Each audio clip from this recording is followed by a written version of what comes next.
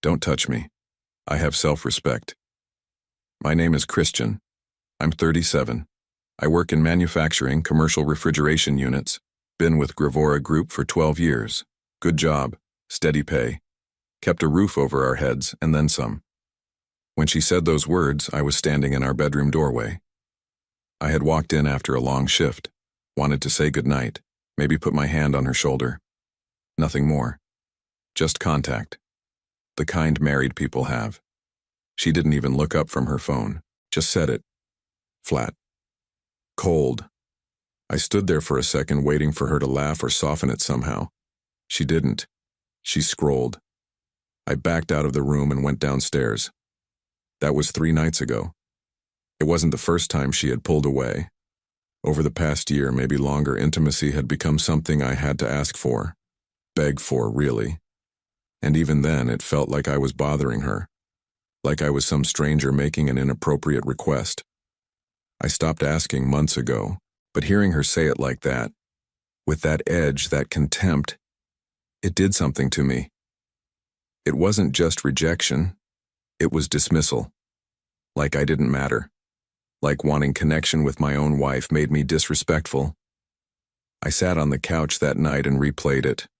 Tried to figure out when things had shifted. When I became the problem. When wanting her became something shameful. We had been married for 9 years. No kids.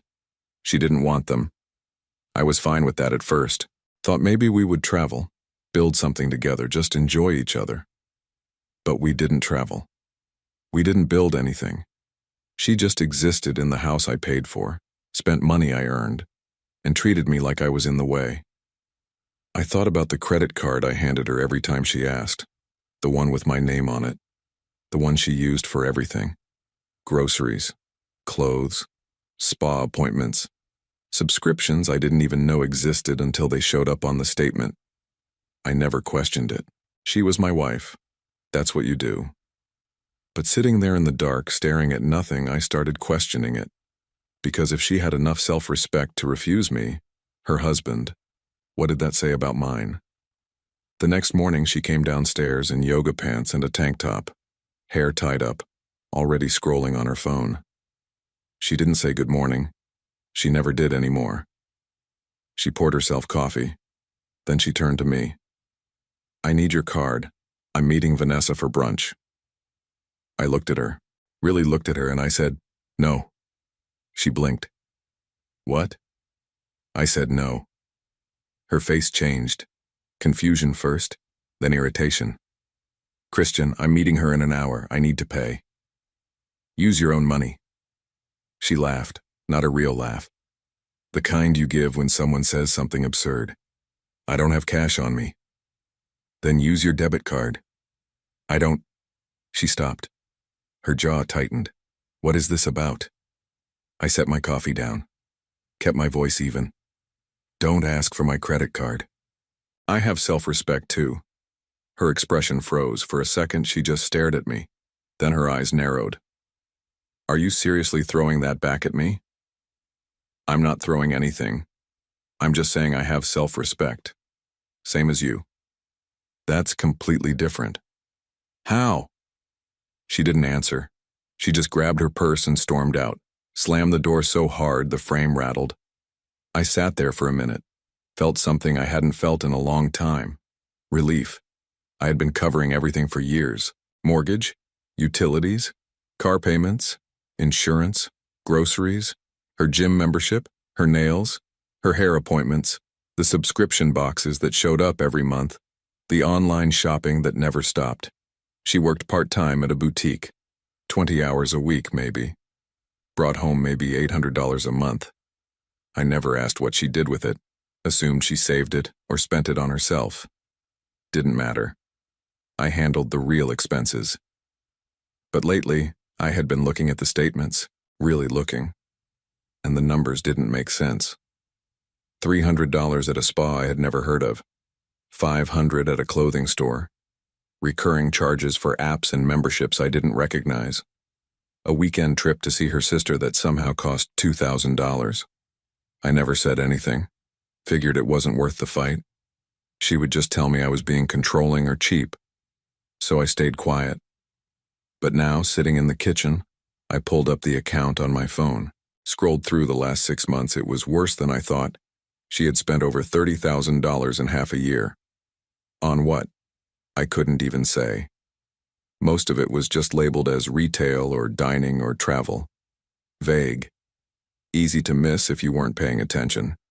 I had been paying attention now. I thought about her face when I said no. The shock. The anger. Like I had done something unforgivable. I thought about the way she looked at me last night. The disgust. The distance. And I realized something. She didn't respect me. She never had. She didn't come home until late that afternoon. Walked in with shopping bags. 3 of them. Designer logos on the front. I was at the kitchen table with my laptop open. Bank statements pulled up. She set the bags down, didn't say a word. Went to the fridge and grabbed a bottle of water.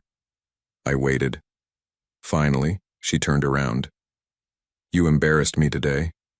I didn't look up. "How?" "I had to cancel brunch. Vanessa thinks we're broke now." "We're not broke."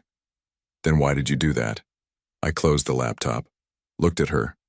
"Because I'm tired." "Of what?" "Of being used." Her face went red. "Excuse me?" "You heard me. I'm not using you, Christian. I'm your wife." "Then act like it." She slammed the water bottle on the counter. "I do everything for this house. I cook, I clean, I manage everything while you're at work." I almost laughed. "You cook maybe twice a week. The rest of the time we order out or I make something when I get home. And cleaning, you hired someone to do that." "Because I'm busy." "Doing what?" She didn't answer. I stood up, walked over to the counter, pulled out my phone and opened the bank app, turned it toward her. "This is what you spent in the last 6 months, $32,000. She glanced at the screen, shrugged. So? "So that's more than half my salary. And? You make good money." "That's not the point." "Then what is?" I put the phone down, looked her in the eyes. "The point is you don't respect me. You don't want me. You don't need me for anything except money, and I'm done pretending that's a marriage." Her expression shifted, something between panic and rage. "You're being dramatic." "Am I?" "Yes. You're acting like I'm some kind of gold digger." "I didn't say that." "You're implying it." I shook my head, sat back down. "I'm not implying anything. I'm telling you how I feel. And if you can't see it, then maybe that's the problem." She stared at me for a long moment. Then she grabbed the shopping bags and walked upstairs. I heard the bedroom door slam. I sat there in the quiet. Thought about the last 9 years. Tried to remember when things were good, when she looked at me like she wanted me, when we were actually a team. I couldn't remember. Maybe it had never been that way. That night I slept on the couch. She didn't come down, didn't text, didn't call, and honestly, I didn't care. Something had broken. Not in her, in me. I wasn't going to keep carrying someone who didn't want to walk beside me. The next morning, I woke up early, made coffee, checked my email, acted like everything was normal.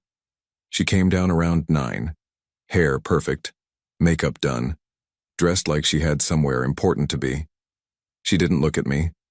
She poured coffee, grabbed her phone, started typing. I waited. After a few minutes, she set the phone down. "I need money." I took a sip of my coffee. "For what?" "Does it matter?" "Yeah, it does." She sighed, loud, dramatic. "I have an appointment, hair and nails. It's already booked." "Cancel it." Her head snapped up. "What?" "Cancel it, or pay for it yourself." She stared at me like I had just spoken another language. "Christian, this is ridiculous." "No. What's ridiculous is you spending thousands of dollars every month while treating me like I'm nothing." "I don't treat you like nothing. You told me not to touch you, said you have self-respect, remember?" Her face flushed. That was different. "How?" "Because it was. Not good enough." She stood up, grabbed her purse. "Fine. I'll use my own money. Good. She left, slammed the door again. I sat there for a minute. Then I logged into the bank account, changed the password, froze the credit card she had been using. It took 30 seconds. I didn't feel guilty. An hour later, my phone rang, her name on the screen. I answered. What did you do? What are you talking about? The card, it's not working. I know. Why? Because I froze it. Silence. Then her voice, sharp and shaking. You can't do that. I just did. Christian, I'm at the salon.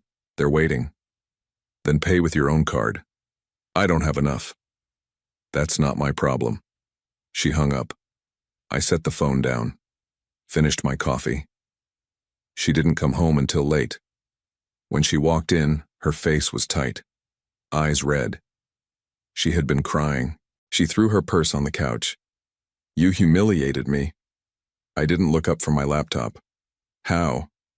I had to leave. Walk out in front of everyone. They all saw. Saw what? That my card didn't work. So it was embarrassing. I closed the laptop, looked at her. You've been embarrassing me for months, maybe years, acting like I'm invisible, like I'm just a wallet. So yeah, now you know how it feels. Her face twisted. This isn't about feelings. This is about you trying to control me. No. This is about you finally having to deal with reality. What reality? That you don't get to treat me like garbage and still have access to everything I work for. She laughed, sharp, bitter. You think this is going to fix things? I'm not trying to fix things, I'm protecting myself. From what? From you. She stared at me. Then she turned and walked upstairs. I heard drawers opening, closing. Her voice, muffled, on the phone. I didn't care. That night I checked the account again, made sure everything was locked down, moved money into a separate account she didn't have access to, set up alerts for any unusual activity. I wasn't playing games. I was done being the fool. The next morning she tried again. Christian, we need to talk. About what? This, us, what you're doing. I looked at her. I'm not doing anything. I'm just not giving you money anymore. That's not fair. Why?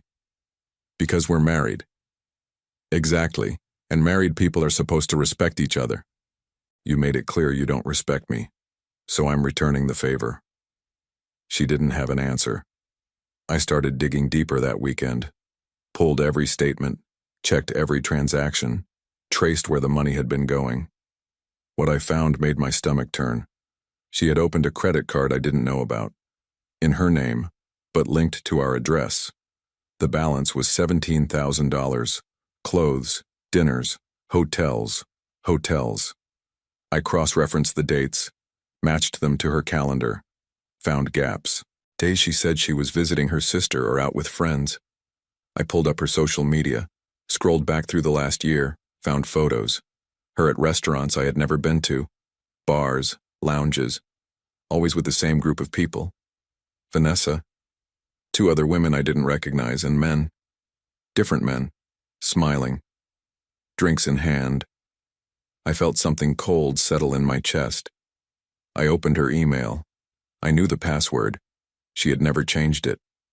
Found confirmations, spa packages, weekend trips, a 5-star hotel in Nashville, another in Chicago. I checked the dates again. She had been gone those weekends, told me she was visiting her mom. I called her mom, casual, just checking in. She hadn't seen her in 6 months. I hung up, sat there in the dark. She had been lying. For how long, I didn't know. But it was longer than I wanted to admit. I thought about confronting her, throwing it all in her face, making her explain. But what would that do? She would just deny it, twist it, make me the bad guy for snooping. So I didn't say anything, I just kept preparing. I scheduled a meeting with a divorce attorney, brought all the records, showed him everything. He looked it over, nodded. This is pretty clear-cut. She's been hiding assets, running up debt. If you file, you'll have a strong case for protecting your finances. What about her? What about her? What happens to her? He shrugged. She'll have to figure it out. You're not responsible for her bad decisions. I thanked him, left with a folder full of paperwork. That night she came home late again, smelled like wine, makeup smudged. She looked at me. What? Nothing. You're staring. Just thinking. About what? About how much longer I want to do this. Her face changed, softened. She sat down next to me. Christian, I know things have been hard, but we can work on it. We can fix this. I looked at her. Really looked. Do you even want to? She hesitated. Just for a second. But I saw it. Of course I do. Then prove it. How? Stop lying. Her face went pale. I'm not lying. I stood up, walked to the kitchen, grabbed my laptop, opened it, turned it toward her. Then explain this. She looked at the screen, at the credit card statement, the hotel bookings, the emails. Her mouth opened, closed. I can explain. Go ahead. It's not what it looks like. Then what is it? She didn't answer. I closed the laptop. That's what I thought. She stood up, voice shaking. You went through my email? Yeah, I did. You had no right. You had no right to lie to me for months, but here we are. She grabbed her purse, headed for the door. Where are you going? Out. To another hotel? She stopped, turned. Screw you, Christian. She left. I stood there in the quiet, felt something break loose inside me. I wasn't angry. I wasn't sad. I was done. The next morning, I woke up to missed calls, texts, all from her. We need to talk. I'm sorry. Please don't do this. I didn't respond. Instead, I called the attorney, told him to file. He said it would take a few days. I said that was fine. I went to work, focused, kept my head down. When I got home that night, she was there, sitting on the couch, eyes red. I talked to Vanessa. Okay. She said you're being unreasonable. Did she? Yeah. She said you're punishing me. For what? For having a life. I almost laughed. A life? Is that what you call it? What do you call it? Lying, cheating, stealing. Her face went white. I didn't cheat. You stayed in hotels with other people, lied about where you were, spent money we didn't have. What do you call that? It wasn't like that. Then explain it. She didn't. I walked past her, went upstairs, started packing a bag. She followed. What are you doing? Leaving. You can't. Watch me. Christian, please. I stopped, turned. You don't get to beg now. You had months to be honest, to be a partner, to treat me like I mattered. You didn't. So I'm done. Where are you going? A hotel, until I figure things out. You're really doing this? Yeah, I am. She started crying. Real tears this time. I'll change. I promise. I don't believe you. Why not? Because you've been lying to me for too long, and I'm not interested in finding out what else you've been hiding. I zipped the bag, walked past her. She grabbed my arm. Please. I pulled away, didn't look back. I stayed at a hotel near work for 3 nights. Cheap, quiet, gave me time to think. The attorney called, said the papers were ready. I signed them, had them delivered to the house. She called me 20 minutes later, screaming. You're divorcing me? Yeah. Over this? Over everything. Christian, you can't. I hung up, blocked her number. 2 days later, I went back to the house. She wasn't there. I grabbed the rest of my things, clothes, laptop, a few personal items, left my key on the counter. The attorney called a week later. She's contesting the divorce. On what grounds? She's claiming you abandoned her, that you're financially abusive. I laughed. Couldn't help it. What do we do? We show the judge the evidence, the spending, the lies, the hidden credit card. It'll be fine. How long? Few months. Maybe less. Okay. I hung up. Felt lighter than I had in years. She kept trying to reach me. Through friends, through her family, even showed up at my work once. I didn't engage, just kept moving forward. The divorce went through 4 months later. She fought hard, tried to claim half of everything. The judge wasn't impressed. I kept the house, my retirement, my savings.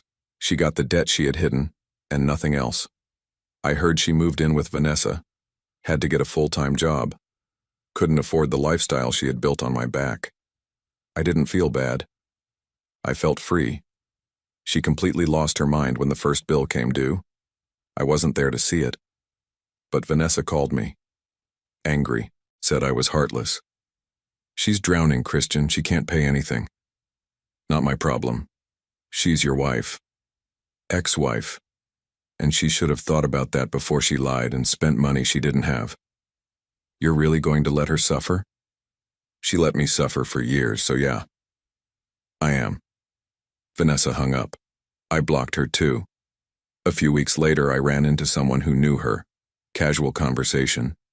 They mentioned she had to sell her car, downgrade, couldn't afford the payments. I nodded. Didn't say much, heard she had to cancel her gym membership, her subscription boxes, her spa appointments. Everything she had built on my income was gone, and she had to face it alone. I thought I would feel guilty, or sad, or something. I didn't. I just felt relieved.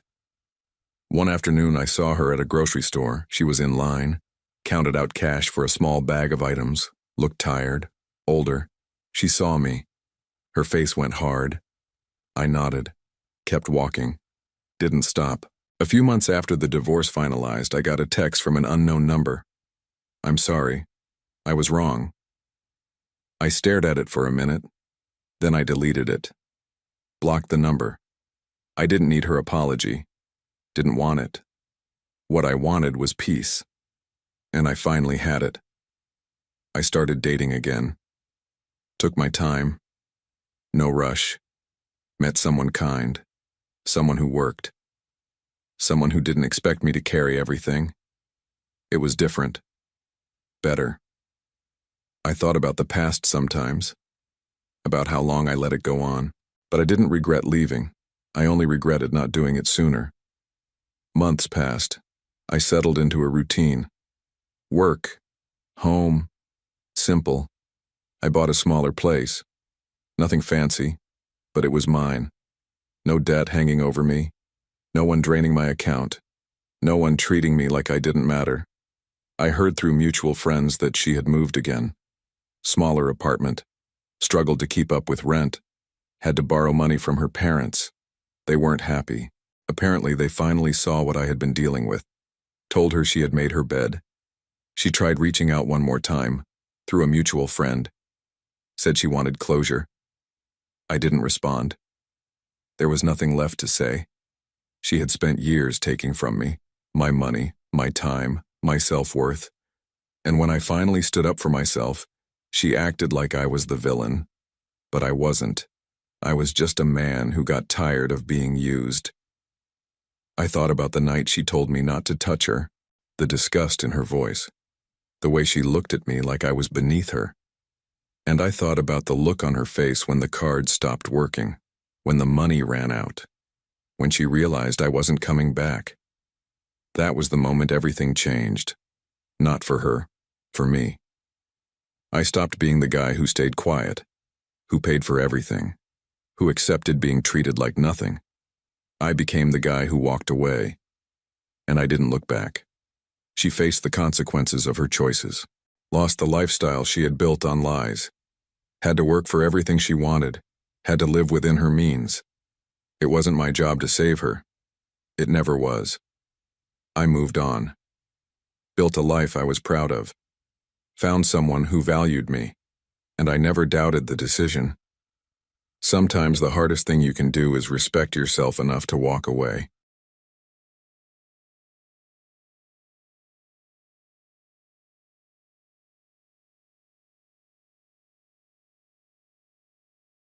She texted at 6:47 p.m. Stuck in traffic, dinner's canceled. My name is Daniel. I'm 35 years old and I worked as a project manager for a mid-sized manufacturing company in Des Moines, Iowa. I'd been with Jessica for 3 years, long enough to know her patterns, long enough to recognize when she was lying. I sat alone at the table near the window, watching headlights blur past on the street outside. The restaurant hummed with quiet conversation and the clink of silverware. I'd made the reservation 2 weeks ago. She knew that. I'd reminded her that morning. I read her message again, stuck in traffic.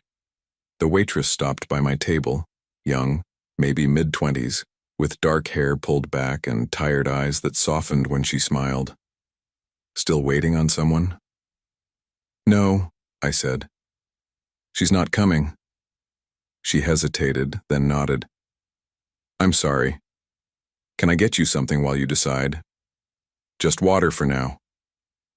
I pulled up the company directory on my phone. Found Mark from accounting. His schedule showed him working late tonight, same as last Tuesday, same as the Thursday before that. I clicked back to Jessica's text and started typing. No worries. The waitress is keeping me company. I hit send and set the phone face down on the table. The waitress returned with my water. You sure you don't want to order something? Kitchen's open for another hour. Maybe in a bit. She lingered for a second, studying my face. Rough night? Getting better. My phone buzzed. Then again. Then it started ringing. I glanced at the screen. Jessica. I let it go to voicemail. It rang again 20 seconds later. I silenced it and slipped it into my jacket pocket. The waitress walked past again, carrying plates to another table. When she came back, she stopped. You okay? Yeah. I looked up at her. What time do you get off? She blinked, surprised.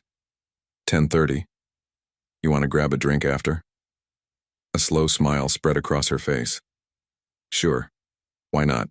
My phone vibrated 3 more times in my pocket. I didn't reach for it. I'd known something was wrong for months. Small things at first. Jessica started working later. Stopped asking about my day. When I talked, her eyes drifted to her phone. When I reached for her hand, she pulled away just a fraction too quickly. Then came the excuses. Dinner with coworkers, late meetings, traffic that somehow only existed on nights I wanted to see her. I wasn't stupid. I just didn't want to believe it. But sitting there in that restaurant, watching my phone light up with her frantic calls, something settled inside me. A quiet certainty. I wasn't angry. I wasn't hurt. I just knew. She'd made her choice. Now I was making mine. The waitress came back one more time before her shift ended. Table 6 just left. You still thinking about that drink? Yeah, I said. I am. I thought about the first time I noticed her lying. It was 4 months ago. She said she had to work late on a presentation. I offered to bring her dinner. She said no, the office was locked down for security reasons. Made sense at the time. Except I drove past her building on my way home. Her car wasn't in the lot. I didn't say anything. Told myself I was being paranoid. But I started paying attention. The late nights became a pattern. Always Tuesdays and Thursdays. Always with the same vague explanations. Client meetings, team briefings, budget reviews. I checked our shared calendar. None of those meetings existed. When she came home those nights, she smelled different. Not perfume exactly, just cleaner, like she'd scrubbed something away. Her hair was always freshly brushed. Her makeup retouched. She stopped texting me during the day. Used to send me random thoughts or funny things she saw. That stopped around the same time the late night started. I asked her once if everything was okay. She looked at me like I'd accused her of murder. Why wouldn't it be? I let it drop. My sister told me I was too patient. You're letting her walk all over you. Maybe she was right. But I kept hoping I was wrong. Kept hoping there was some explanation I wasn't seeing. Then I met Mark. Company holiday party last month. Jessica introduced us. He worked in accounting. Quiet guy, decent handshake. smiled too much when he looked at her. I watched them together. The way she laughed at his jokes, the way he leaned in when she talked, the way they both looked away when I approached. After that, I started checking. Not obsessively, just enough to confirm what I already knew. Mark's late nights matched Jessica's schedule exactly. Their lunch breaks overlapped 3 times a week. They'd been added to the same project team 6 months ago. 6 months. Right when everything started changing. I didn't confront her, didn't throw accusations or demand explanations. I just watched, waited. Let her keep digging while I figured out what I wanted. What I wanted was simple. I wanted out. But I wanted it clean. No drama, no fights. No scene where she turned it around and made me the villain. So when she texted tonight with her traffic excuse, I knew exactly what she was doing. And I knew exactly what I was going to do about it. I was done being the guy who waited around while she chose someone else. The waitress glanced at me from across the restaurant. She mouthed, "Almost done," and held up 5 fingers. I nodded and pulled out my wallet. I paid the bill and stepped outside. The air was cold, sharp against my face. My phone had stopped buzzing. 12 missed calls. 23 texts. I opened the messages. "Daniel, where are you? Why aren't you answering? This isn't funny. Call me back right now." I scrolled through them without reading most of it. Same panic, same deflection, not one apology, not one admission. The last message came in 2 minutes ago. "We need to talk," I typed back. "No, we don't." The waitress pushed through the door behind me, pulling on a jacket. Her name tag said Vanessa. "Ready?" "Yeah." We walked toward the bar 2 blocks down. She didn't ask about the phone calls. Didn't pry. Just walked beside me in comfortable silence. "You been working here long?" I asked. 2 years. Saving up for nursing school." "That's good. Solid plan." She shrugged. "Beats waiting tables forever." We reached the bar and found a booth in the back. Ordered drinks. Talked about nothing important. Her classes, my work, the weather. Normal conversation with someone who didn't make me feel like I was fighting for attention. My phone buzzed again. "Jessica." I declined the call. "Ex?" Vanessa asked. "Soon." She nodded. "Fair enough." An hour passed. Then another. Vanessa was easy to talk to, laughed at the right moments, listened when I needed her to, didn't expect anything from me. Around midnight, she checked her phone. "I should probably head home." "Yeah, me too." We stepped outside. The street was empty now, just the 2 of us and the distant sound of traffic. "Thanks for tonight," I said. "I needed this." "Anytime." She smiled. "You going to be okay?" "Yeah, I think so." She started to walk away, then stopped, turned back. "You know what? Forget it. You want to come over? Just for coffee. Nothing weird." I looked at her. Really looked at her. She wasn't Jessica. Didn't carry the same baggage. Didn't have the same lies. "Sure," I said. "Coffee sounds good." We walked to her place 3 blocks away. Small apartment above a laundromat. She made coffee and we sat on her couch talking until 2 a.m. My phone died somewhere around 1:30. I didn't bother charging it. When I finally left, the sun was starting to rise. Vanessa stood in the doorway, wrapped in a blanket. "See you around?" "Yeah," I said. "Maybe." I drove home with the windows down, letting the cold air clear my head.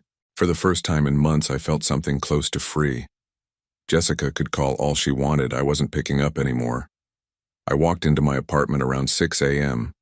Jessica was sitting on my couch. "Where the hell were you?" She stood up, arms crossed. Her eyes were red, hair disheveled. She looked like she'd been crying. "Out," I said. "Out?" Her voice cracked. "I called you 20 times." "I know." "And you just ignored me?" I set my keys on the counter. Didn't look at her. "You canceled dinner. Figured that meant you didn't want to talk." "I was stuck in traffic, Daniel. What was I supposed to do?" Sure. I opened the fridge, pulled out a bottle of water. Traffic. What's that supposed to mean? I turned around, looked at her. Really looked at her. It means I know. Her face went pale. Know what? Where you were. Who you were with. She opened her mouth, closed it, opened it again. You're being paranoid. Am I? Yes. Her voice got louder. I told you I was stuck in traffic. I don't know what you think happened, but you're wrong. Mark from accounting. She froze. That's who you were with, I said. Same as last Tuesday. Same as the Thursday before that. That's ridiculous. Is it? You're losing it, Daniel. I was in my car in traffic. Check the GPS if you don't believe me. I almost laughed. You think I haven't been paying attention? You think I'm that stupid? I think you're insecure. She stepped toward me. I think you're inventing problems because you're bored with your life. Right. I drank from the water bottle. And the waitress? What's your excuse for that? Her expression shifted. Confusion. Then anger. What are you talking about? The text I sent you, about the waitress keeping me company. That was a joke. Was it? Her hands balled into fists. You're telling me you actually did something with that girl? Does it matter? Of course it matters. She was yelling now. You can't just go off with some random woman because you're mad at me. Why not? You've been doing it for months. I have not.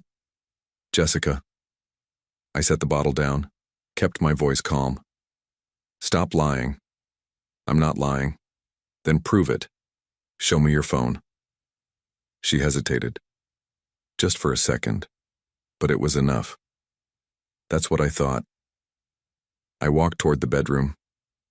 You need to leave. I'm not leaving. She followed me. We need to talk about this. There's nothing to talk about. Yes, there is. You can't just accuse me of something without proof. I stopped in the doorway, turned around. I don't need proof. I just need to be done. Her face twisted. Done? You're breaking up with me over this? Over what? The lying? The cheating? Take your pick. I didn't cheat. Fine. Then you're just a liar. Either way, I'm done. She stared at me, tears streaming down her face. This is because of that waitress, isn't it? You met some random girl and now you're using me as an excuse to leave. I didn't answer. You're disgusting, she said. You know that? You're a coward. Maybe. I opened the bedroom door. But I'm not a liar. She grabbed her purse and stormed toward the front door. Stopped, turned back. You're going to regret this. I already don't. She slammed the door on her way out. I stood there for a long time, listening to the silence, feeling nothing but relief. I didn't hear from Jessica for 3 days. Then my phone started blowing up again. Not with calls, with texts, long paragraphs about how I'd hurt her, how I'd thrown away 3 years, how she deserved better. I read the first one, deleted the rest. My coworker, Troy, stopped by my desk Thursday afternoon. Hey man, you good? Fine, why? Jessica's been calling the office, says you won't answer her. That's because I won't. He sat on the edge of my desk. She sounded pretty upset. She'll live. Troy looked uncomfortable. She said you accused her of cheating. I didn't accuse her. I told her I knew. Did she? Yeah. He nodded slowly. Damn. I'm sorry. Don't be. I'm not. He left after that, but the calls kept coming, not just to my phone, to my work email, my personal email, my sister's phone. She was spiraling, trying to control the narrative before it got away from her. I didn't engage, didn't defend myself, didn't explain. I just moved on. Saturday night, I ran into Vanessa at the grocery store. She was buying coffee and frozen pizza, looked tired but smiled when she saw me. Hey, she said. Surviving? More or less. Your ex still blowing up your phone? Something like that. She laughed. She sounds fun. She's not. We walked to the checkout together. Talked about nothing. Made plans to grab dinner Tuesday night. When I got home, there was a package on my doorstep. No return address. I opened it. Inside was a framed photo of me and Jessica from last Christmas. Shattered glass. A note taped to the back. "You'll regret this." I threw it in the trash without a second thought. Monday morning, I walked into the office and found Mark sitting in the break room. He looked up when I entered. Went pale. "Daniel, hey." "Mark." I poured coffee. Didn't say anything else. Just stood there, watching him squirm. "Look," he said finally. "About Jessica. Don't care." I just wanted to say, "Mark." I turned around. "I don't care, she's your problem now." He opened his mouth, closed it, nodded. I walked out. That afternoon I got a text from an unknown number. "You need to hear her side." I blocked it. Another text came through, different number. "She's devastated. You owe her a conversation." Blocked that one too. Jessica was using her friends to fight her battles, trying to guilt me into responding, trying to make me the villain. I wasn't playing. Tuesday night I met Vanessa for dinner. Different restaurant. Quiet place on the edge of town. We talked about her school plans, my work projects, normal things. "Can I ask you something?" she said halfway through the meal. "Sure." "Why'd you text me that night about the waitress keeping you company?" I thought about it. Because I knew it would bother her, and I wanted her to feel what I'd been feeling for months. Vanessa nodded. "Did it work?" "Yeah, it did." She smiled. "Good." We finished dinner and walked to her car. She stopped before getting in. "You know you're allowed to move on, right? You don't have to keep punishing yourself." "I know." "Do you?" I looked at her. "I'm working on it." She squeezed my hand. "That's all you can do." I drove home feeling lighter, like I'd finally let go of something I'd been carrying too long. Jessica could keep calling, keep texting, keep trying to drag me back into her chaos. I wasn't going back. Jessica showed up at my apartment again 2 weeks later. I saw her through the window, sitting on the steps, waiting. I almost turned around, drove away, but I was tired of running. I parked and walked up the path. She stood when she saw me. "Can we talk?" she asked. "No. Please, just 5 minutes." I unlocked the door. Didn't invite her in. "You have two." She followed me inside anyway, closed the door behind her. "I miss you," she said. "Okay. That's it? Just okay?" "What do you want me to say?" "I want you to forgive me." I set my keys down, turned to face her. "For what? You still haven't admitted you did anything wrong." "I made mistakes." "What mistakes?" She looked away. "I shouldn't have canceled dinner that night." "That's not what I'm talking about." "Then what are you talking about?" "Mark." Her jaw tightened. Nothing happened with Mark. "Jessica." "Fine." She threw her hands up. "Yes, I was with Mark. But we didn't do anything, we just talked." "For 6 months?" "It wasn't like that." "Then what was it like?" She didn't answer. "That's what I thought." I opened the door. "You need to go." "Please don't do this." "I'm not doing anything. You already did it." She started crying. Real tears this time. "I'm sorry. I'm so sorry. I didn't mean for this to happen." "But it did. Can't we just start over?" "No." "Why not?" "Because I don't trust you. And I don't want to." She stared at me. "You're really just done? Just like that?" "Just like that." She wiped her face, looked at me one more time. "You're going to regret this." "You already said that." "I mean it." "I know you do." I stepped aside. "Goodbye, Jessica." She walked out without another word. I closed the door and locked it. Stood there for a minute, waiting to feel something. Guilt. Regret. Sadness. Nothing came. I called Vanessa. She picked up on the second ring. "Hey," she said. "You okay?" "Yeah. You free?" "Always. What's up?" "Just wanted to hear your voice." She laughed. "That's sweet. You want to come over?" "Yeah, I'll be there in 20. I drove to her place with the windows down. The cold air felt good, cleansing. When I got there, she had coffee waiting. We sat on her couch and talked until midnight. About everything, about nothing. "You seem different tonight," she said. "Different how?" "Lighter." I thought about it. I think I finally let go. Of her. Of all of it. She smiled. "Good, you deserve better." "So do you." We sat in comfortable silence for a while. Then she leaned her head on my shoulder. "Thanks for calling me tonight." "Thanks for picking up." I left around 1 a.m., drove home feeling something I hadn't felt in months. Peace. Jessica could keep trying to drag me back, keep trying to make me feel guilty, keep trying to win some imaginary fight. I wasn't fighting anymore. I was just moving forward. 3 weeks later, I heard from Troy again. "Dude," he said, cornering me in the parking lot, "you're not going to believe this." "What?" "Jessica and Mark broke up." I raised an eyebrow. "That was fast." "Yeah. Apparently she found out he's been seeing someone else." I almost laughed. Ironic. Right? Troy grinned. "She's losing it. Called him out in front of the whole accounting department." "Good for her." "She also asked about you." "What about me?" "If you're seeing anyone." "What did you tell her?" "That I don't know." "Are you?" I thought about Vanessa.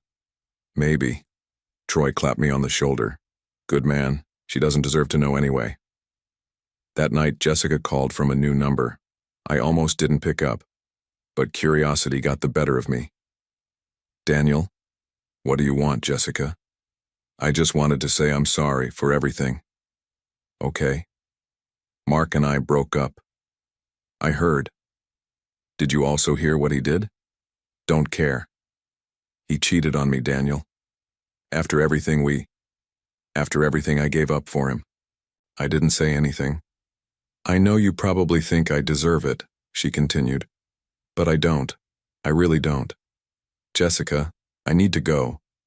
"Wait, can we try again? I know I messed up, but maybe we could start fresh." "No. Please. I miss you.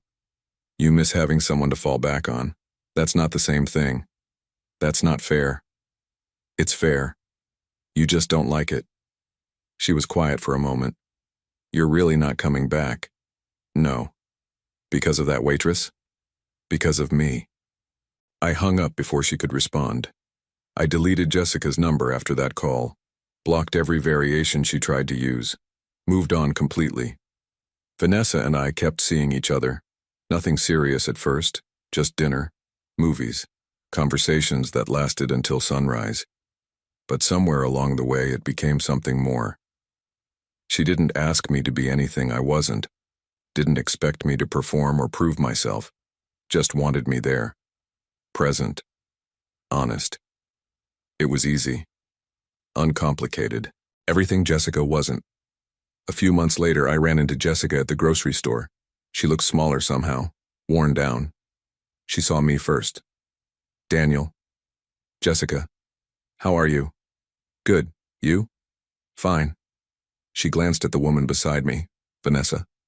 "Who's this?" "Vanessa, my girlfriend." Vanessa smiled and extended her hand. "Nice to meet you." Jessica didn't take it, just stared at me. "So that text was real. You actually were with her?" "Yeah. And you've been together this whole time?" "Not the whole time, but yeah." Her face crumpled. "You moved on that fast?" "I moved on when you started lying." She looked at Vanessa again, then back at me. "I hope she's worth it." "She is." Jessica walked away without another word. Vanessa squeezed my hand. "That was her?" "Yeah. She seems lovely." I laughed. She's something. We finished shopping and went home. Cooked dinner together. Watched a movie on the couch. Normal life. Easy life. Later that night, lying in bed, Vanessa asked, "Do you ever regret it?" Regret what? Leaving her. I thought about it.